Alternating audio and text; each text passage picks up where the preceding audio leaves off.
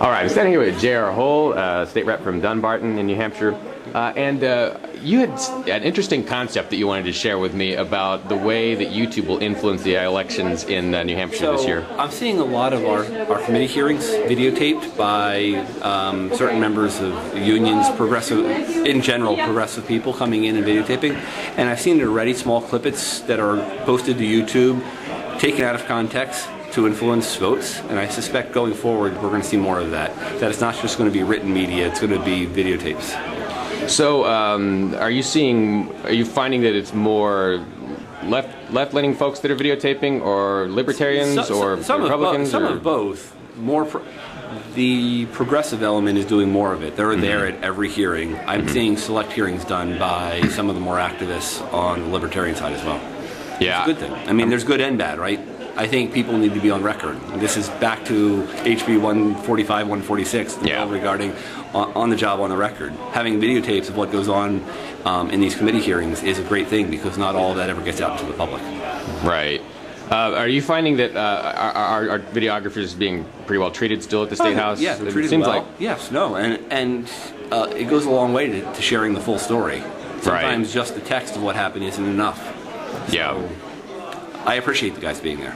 Why do you think it's going to have such an impact on the election that it didn't have? We're moving to we're moving to a system where information is conveyed more through video information in small clips on YouTube, because they can circulate so quickly, much quicker than you can through written information.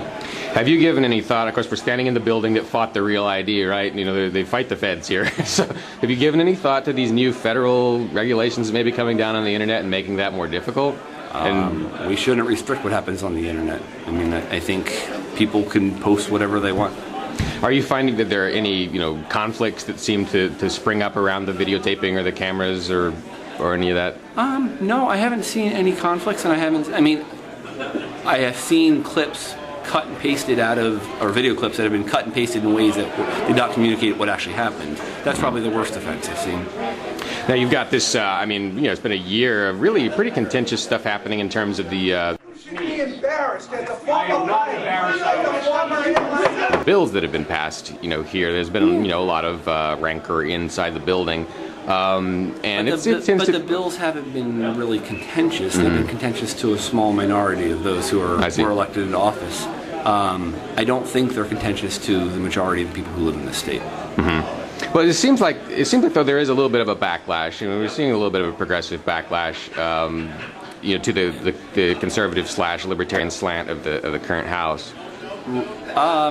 Yeah, but in general, I still see a lot of support for some of the things that have happened. People really do like the government kind of leaving them alone and to do what they want to do at home. I think that's right. The government shouldn't be involved in everybody's everyday's lives, being known as the granny state from before. What would you say is is a solution that progressives and folks in the House can come to that kind of benefits both sides? Can you think of a win-win solution? Yeah, I think it's possible. The spectrum is a complete spectrum. At some point you get all the way around. There are cases where people on the progressive side start to see some of the values the libertarians hold, and vice versa. So bills that allow families to run their families the way they want to is a great example of where the two meet in the political spectrum. You're finding a lot of progressive support for that kind of thing, you mean? Yes. I see. Okay, good. All right. Thanks, Jared. Appreciate your time today. Take care.